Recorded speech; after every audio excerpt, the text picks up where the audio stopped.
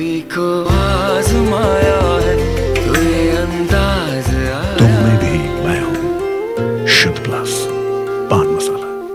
Eco plus का नया आविष्कार eco plus hexa power TMT। इसकी प्रीमियम क्वालिटी व उन्नत जंग रोधक क्षमता दे बेजोड़ मजबूती। इको प्लस सीमेंट और स्टील, इस पर है देश को भरोसा।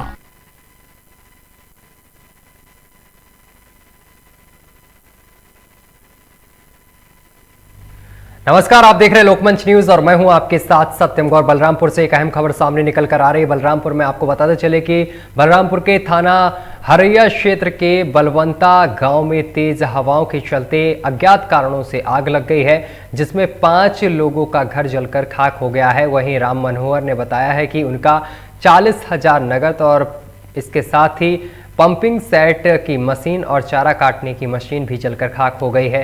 इसके साथ ही हल्का लेखपाल अरिमा श्रीवास्तव ने बताया है कि क्षति का आकलन किया जा रहा है। आकलन कर उच्च अधिकारियों को रिपोर्ट भेजी जाएगी।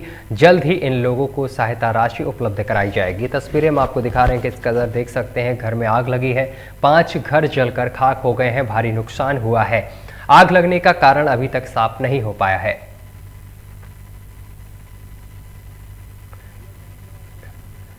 और इस खबर पर ज्यादा जानकारी के साथ हमारे संवाददाता अशोक हमारे साथ सीधा लाइव जुड़ गए हैं। अशोक, 5 घरों में आग लग गई है और घर जलकर खाक हो गए हैं, क्या कुछ पूरा मामला है?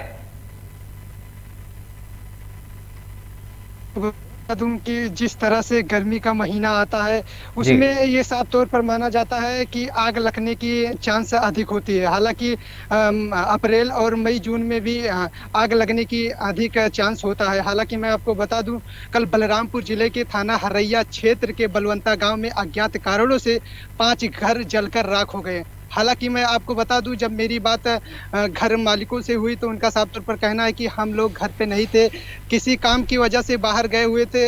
हालांकि मुझे फ़ोन के द्वारा सूचना मिला कि आपके घर में अज्ञात कारणों से आग लगी है। उसी को सुनते हुए हम अपने घर पहुंचे तो वहां पे देखा कि हमारा सामान जलकर राख हो गया। हालांकि वहीं पे राम मनोहर ने बताया कि हमारा 40,000 नकदी सामान और पंपी सेट और चारा काटने वाली मशीन भी जलकर राख हो गई। हालांकि मैं आपको बता दूं, जब मेरी बात हल्का लेखपाल से हुई तो उनका साफ तौर पर यही कहना है कि जो आग में जले हुए सामान की आकलन किया जा रहा है और आकलन कर रिपोर्ट उच्च अधिकारियों को भेजा जाएगा, जिससे इन लोगों को जल्द से जल्द जो आग में जले सामान है उसका मुआवजा मिलना चाहिए।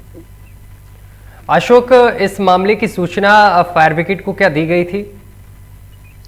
जी सत्यम, फायर ब्रिगेड को इसको सूचना की गई। लेकिन अक्सर यही देखा जाता है कि जब अज्ञात कारणों से आग लगती है तो ये होता है कि जब फायर ब्रिगेडियर को सूचना दी जाती है तो कहीं ना कहीं 1-2 घंटे बाद लेट करके फायर ब्रिगेडियर आती है। तब तक जो आग है वो आग अपने चपेट में कई घरों को, और अक्सर देखा जाता है कि जब खेतों में लगता है तो कई बीघे खेतों को भी नष्ट कर देता है। और जो ग्रामीण लोग होते हैं वो उसमें थोड़ा बहुत बुझाने में काबू पाते हैं। तब फायर ब्रिगेडियर की कहीं टीम आती है, उसके बाद उसके द्वारा बुझाया जाता है आग को। तो कहीं ना कहीं फायर ब्रिगेडियर गाड़ी पहुंचने से पहले ही आग अपने जो आक्रोश होता है उसमें समेट लेता है कई घरों को और कई सामानों को जलकर राख कर देता है। तब फायर ब्रिगेडियर की गाड़ी पहुंचती है।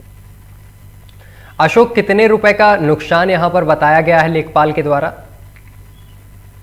हालांकि सत्य मैं आपको बता दूं, राम मनोहर ने बताया है कि 40,000 मेरा नकदी जलकर राख हो गया है। वहीं मेरा एक पेम्पी सेट मशीन था वो भी जलकर राख हो गया है। चारा काटने वाली मशीन थी वो भी जलकर राख हो गया है।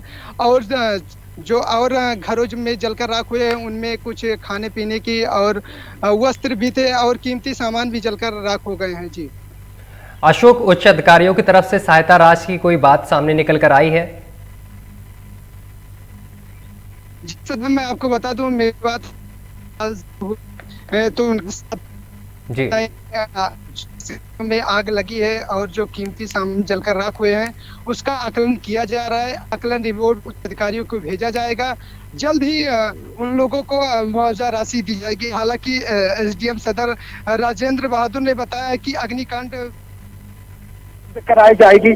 जी चलिए, तमाम जानकारी साझा करने के लिए अशोक बहुत बहुत शुक्रिया आपका। तो आपको बताते चले कि आग लगने से 5 घर जलकर खाक हो गए हैं और इन घरों में रखा सामान भी जलकर खाक हो गया है। जैसे कि पंपिंग सेट की मशीन भी रखी हुई थी, वो भी जलकर खाक हो गई। चारा काटने वाली मशीन और 40,000 रुपए नगद जलकर खाक हो गए। फिलहाल लेखपाल ने घटनास्थल पर पहुंचकर निरीक्षण किया है और जल्द ही इन लोगों को सहायता राशि उपलब्ध कराई जाएगी। फिलहाल मेरे साथ अभी के लिए बस इतना ही।